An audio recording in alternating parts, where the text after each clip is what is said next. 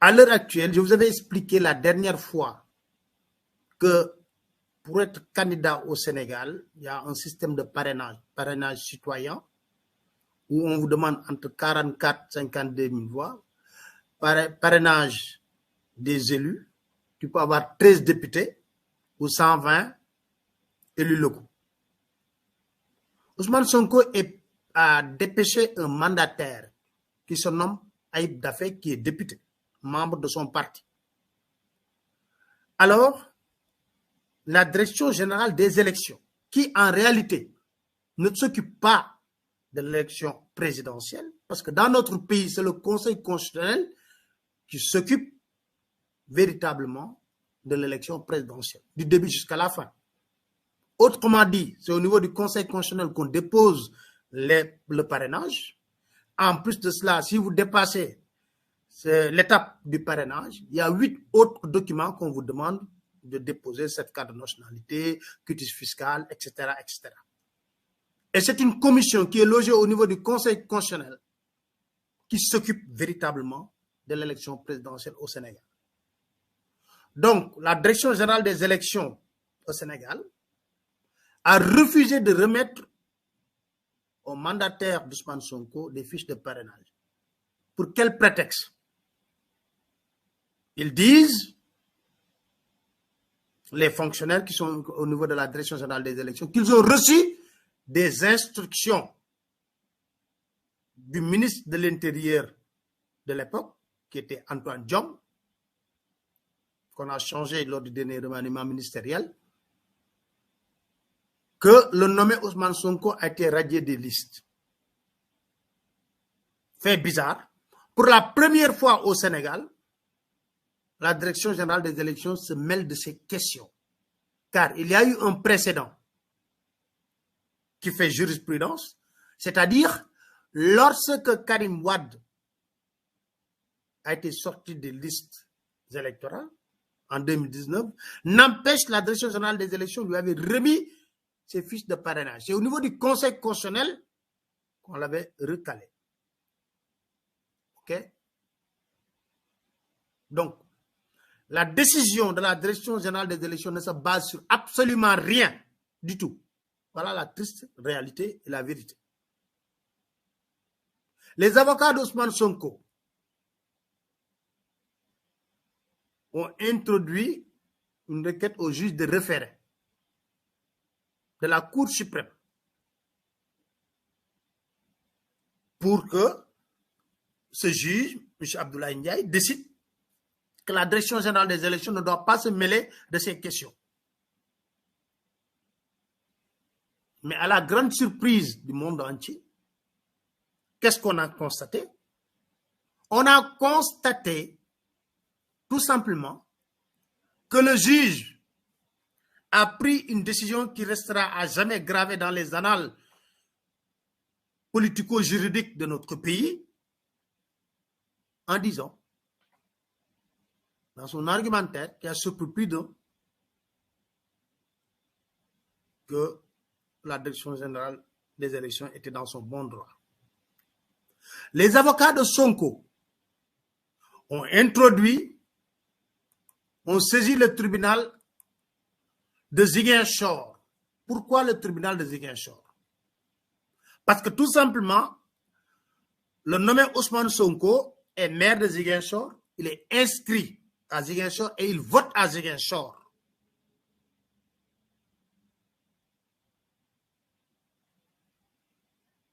Et on ne lui a jamais notifié sa radiation. On dit que c'est le préfet qui est malheureusement décédé, que Dieu lui ouvre grandement les portes du paradis, le sous-préfet des Almadies, qui avait notifié à Ousmane Sonko. Bref, ce qui est important est que les avocats de Sonko sont partis directement voir le juge du tribunal de Ziguinchor, M. Sabassi Faye. Et jamais vu dans l'histoire du Sénégal. L'État a mobilisé tous les moyens imaginables comme non imaginables pour saboter l'audience. l'agence judiciaire de l'État, les avocats de l'État qu'on a trouvé dans le dossier Adji Sarr, qu'on trouve dans le dossier Mame Mbaye Niang, les mêmes avocats. Alors, qu'est-ce qui s'est passé? Ils ont tout fait pour saboter l'audience. Mais le juge a fait montre d'une certaine fermeté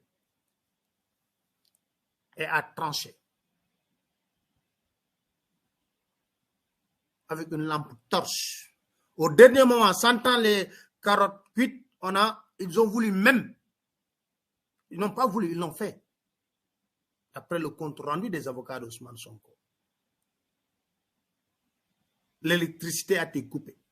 Sous une lampe torche, le juge a rendu sa décision en disant que l'État n'a pas le droit de radier Ousmane Sonko sur la base du procès de Adji Sarr, dans la mesure où Ousmane Sonko, je résume, hein, Ousmane Sonko a été jugé par contumace. Dès l'instant qu'il a été arrêté, ce procès tombe dans l'eau.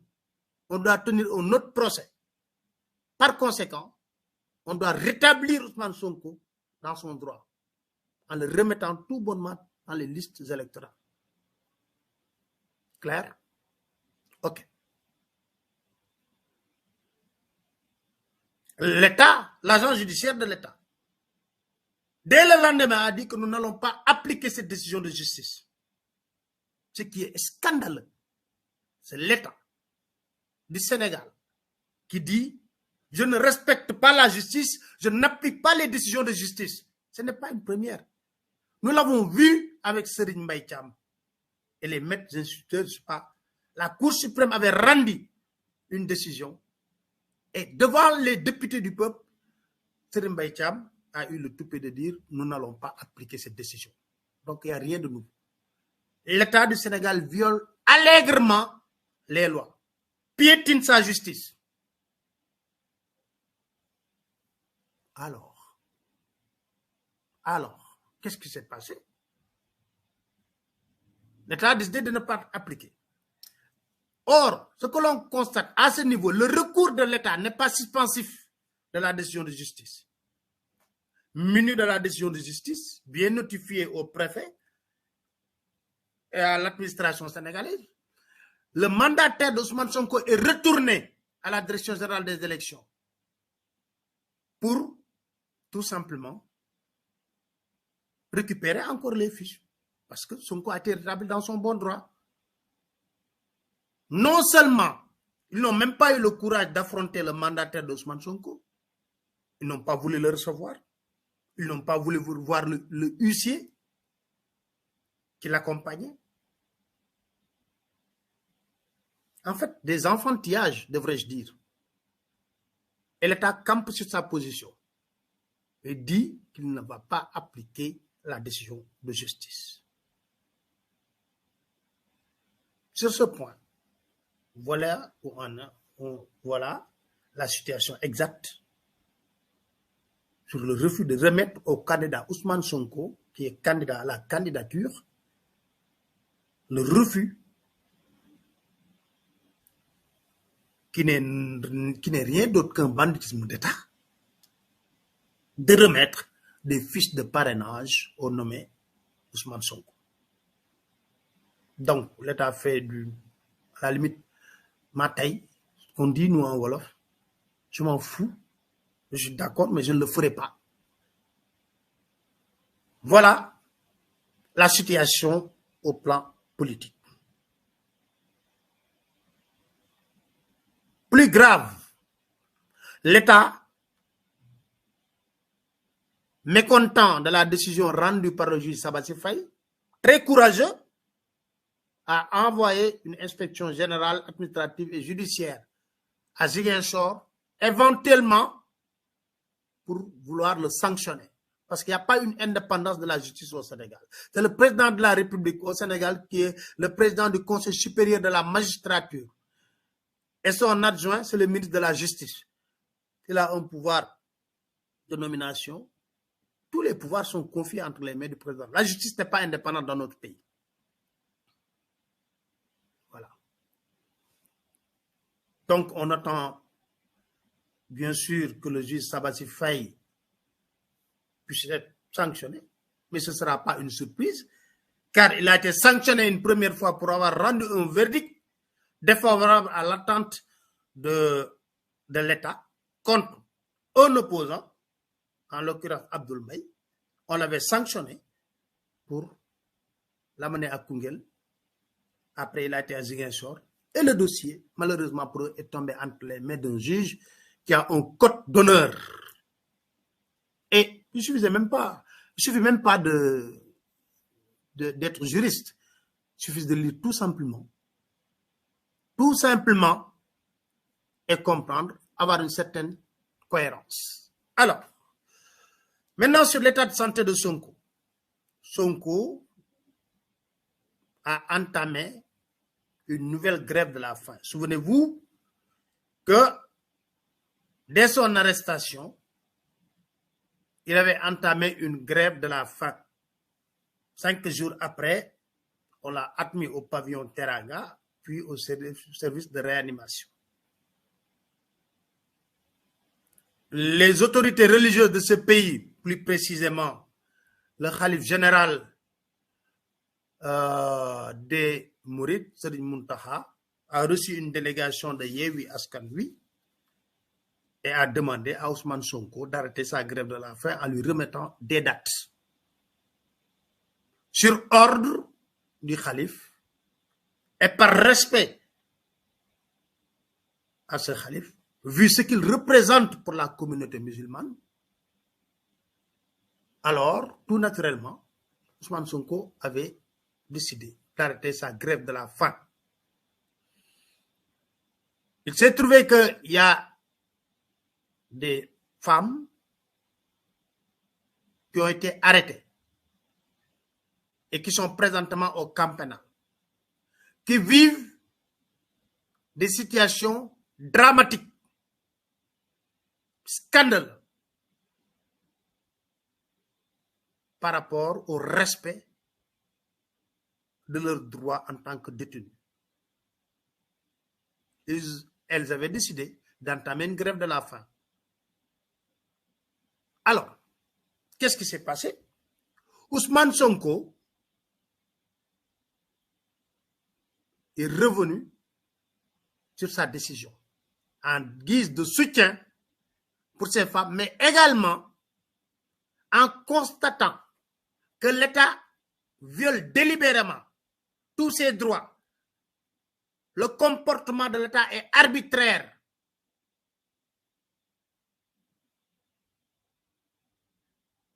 A décidé d'entamer une nouvelle grève de la faim. Voilà, je pense bien, si je ne me trompe pas, 15 jours ou 13 ou 10 jours. Voilà, environ 10 jours. Les avocats d'Ousmane Sonko n'ont jamais cessé d'alerter, plus précisément Maître Ciré Clédor Ly n'a jamais cessé d'alerter sur l'état de santé très fragile d'Ousmane Sonko. Alors, nous-mêmes, nous avons alerté les autorités pour leur dire de manière quotidienne, vous recevez des fiches d'information sur l'état de santé d'Ousmane Sonko. Et vous savez pertinemment que la situation est grave et l'heure est grave. Vous risquez, si vous persistez dans vos prises de position,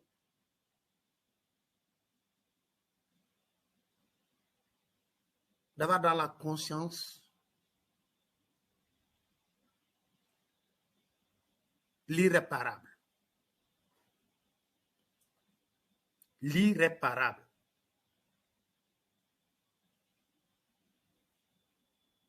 Je le disais parce que, ayant lu certaines correspondances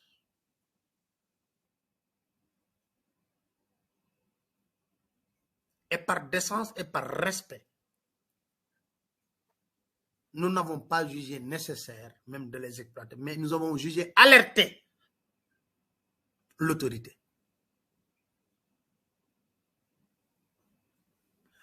Qu'est-ce qui s'est passé? L'avocat d'Ousmane Sonko, Maître Juan Branco, Maître Juan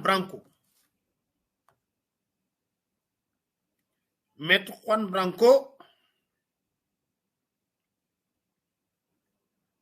a tout simplement produit les documents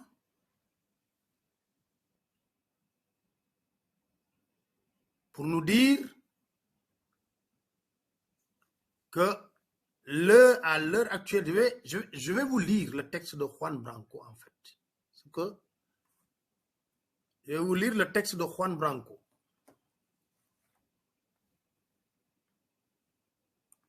Voilà. Au sujet de M. Sonko, nous vous devons la vérité. Le 17 août 2023, M. Sonko est passé à quelques pas de la mort, tombé dans le coma. Son score Glasgow de 3 sur 15 lui donnait une espérance de vie de 7%. Nous avons retenu jusqu'ici ces faits par pudeur, mais le pouvoir sénégalais, de façon répétée et indécente, a tenté de remettre en cause l'existence des grèves de la faim de M. Sonko, tenté de prétendre devant la communauté internationale qu'il mentait et les manipulait, tenté de le déshonorer une nouvelle fois. Or, nous avons désormais la preuve que le pouvoir sénégalais était et demeure parfaitement informé au quotidien de l'état de M. Sonko. Nous le savons car nous avons accès aux communications ministérielles et présidentielles relatives à M. Sonko, au plus intime de l'état sénégalais, qui continue au quotidien de nous informer. Ces communications permettent d'établir que le pouvoir sénégalais est informé dans le moindre détail de sa situation, de la situation catastrophique dans laquelle il se trouve actuellement placé. En même temps, il a produit un document qui a été rédigé par le directeur de l'administration pénitentiaire, colonel Abdoulaye Diagne, qui a écrit au ministre de la Justice, parce que l'administration pénitentiaire est sous la tutelle du ministère de la Justice, pour lui dire, je lis intégralement la lettre qui a été publiée par Juan Branco. Madame le ministre, j'ai l'honneur de vous rendre compte de la situation médicale du détenu particulièrement signalé, Ousmane Sonko, en service de réanimation de l'hôpital principal de Dakar depuis le 17 août 2023. En effet, depuis 48 heures, le surnommé présente une fièvre à 40 degrés avec frissons et vomissements, le tout accompagné de perte de connaissance ayant nécessité des soins de réanimation. La cause de la fièvre n'étant pas encore connue malgré le bilan biologique, une antibiothérapie probabiliste a été démarrée. Il est aussi à noter qu'en dehors des épisodes de perte de connaissance, M. Ousmane Sonko tient ses propos délirants et incohérents. Il exprime le souhait de retourner à la prison de Sébikotane. Voilà ce que le directeur de l'administration pénitentiaire. Alors, il y a aussi le compte rendu d'hospitalisation. Pour ceux qui disent que Sonko est un malade imaginaire, qui a été rédigé par le médecin commandant, médecin-chef de l'administration, à monsieur, qu'on a remis au médecin-chef, médecin commandant de l'administration pénitentiaire. Tous ces documents, il suffit d'aller sur la page Twitter de Juan Branco pour en prendre amplement connaissance. Ok, ça c'est. En guise de réponse, le procureur a sorti un communiqué pour dire qu'une enquête sera ouverte pour essayer de situer les responsabilités dans ces fuites de documents. Autrement dit, le procureur n'a pas nié l'authenticité de ces documents. Que Sonko n'est pas un malade imaginaire. 1, 2.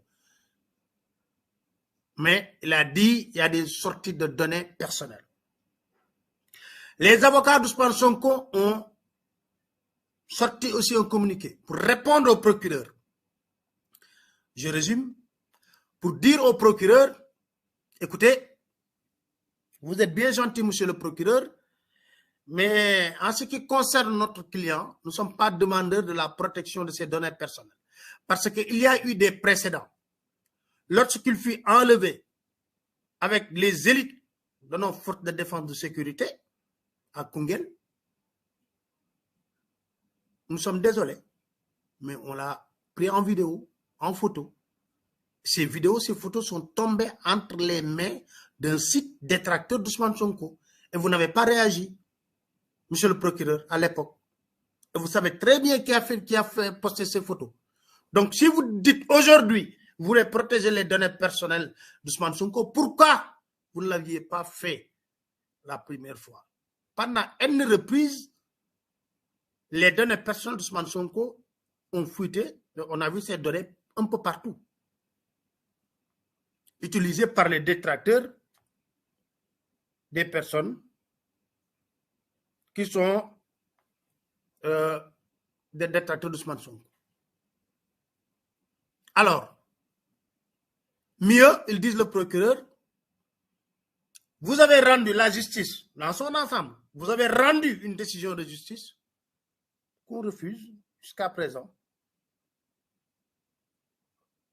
d'appliquer.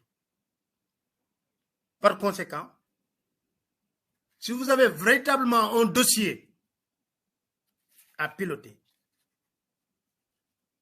c'est ce dossier-là.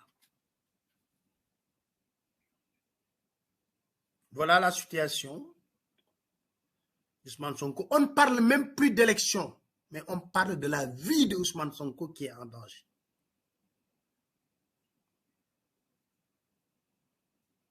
Le président Macky Sall le sait.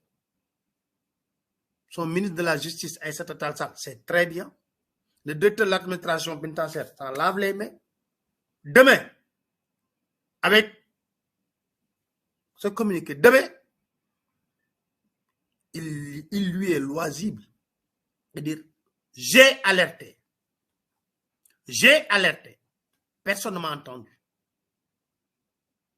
Face à cela, aujourd'hui, le mutisme de la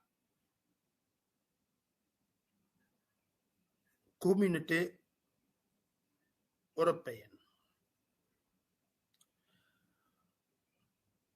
J'ai interpellé la communauté européenne. Je vais vous lire le texte ce matin que j'ai pu rédiger à la va-vite pour interpeller la communauté internationale, mais plus précisément l'Union européenne. Alors, Madame Ursula von der Leyen, présidente de la Commission européenne, vous avez récemment serré la main de Macky Sall, le président du Sénégal. Cependant, cette poignée de main symbolise bien plus qu'un simple geste diplomatique. Elle représente une occasion manquée de faire entendre la voix de l'Europe en faveur de la justice, de la liberté et des droits de l'homme au Sénégal. Le Sénégal, souvent considéré comme un bastion de stabilité en Afrique de l'Ouest, est actuellement en proie à des troubles politiques et sociaux graves. Près de 100 manifestants sénégalais ont perdu la vie et des centaines d'autres ont été torturés. Des enfants sont utilisés comme boucliers humains et plus de 1000 prisonniers politiques, dont Ousmane Sonko, le chef de l'opposition, sont détenus arbitrairement. L'Europe, en tant que défenseur des droits de l'homme et de la démocratie, ne peut ignorer ces événements tragiques. Le silence de l'Europe face à ces abus ne fait que renforcer l'impression que la France et d'autres nations européennes soutiennent tacitement le régime de Macky Sall. Un adage bien connu dit « A friend in need is a friend indeed ». L'Afrique regarde maintenant vers l'Europe pour savoir si elle sera un ami dans le besoin. Il est impératif que l'Europe prenne position en faveur de la justice pour les victimes, la libération des prisonniers politiques, en particulier Ousmane Sonko, et un soutien aux principes démocratiques au Sénégal. L'Europe ne peut se permettre de demeurer silencieuse devant les souffrances des Sénégalais et de compromettre sa réputation de championne des droits de l'homme. La situation au Sénégal exige une action immédiate et une solidarité internationale. Les voix du peuple sénégalais ainsi que celles des personnes de bonne volonté dans le monde entier se font entendre. Justice pour les tués et blessés, libérer les détenus politiques, libérer Ousmane Sonko, Sonko pour le 5e président du Sénégal. C'est un appel à l'Europe pour se tenir aux côtés du Sénégal dans cette période critique et pour défendre ses valeurs, les valeurs que nous chérissons tous. Il est temps pour l'Europe de se montrer en tant qu'ami du peuple sénégalais, de défendre les droits de l'homme et de faire entendre une voix forte pour la justice et la démocratie. Le monde regarde et l'histoire jugera si nous avons fait preuve de solidarité envers un Sénégal en quête de liberté et de justice. Ok? Voilà. Voilà. C'était la conclusion pour ce rapide survol de l'actualité d'Ousmane Sonko et de notre pays pour nos frères africains. Oui.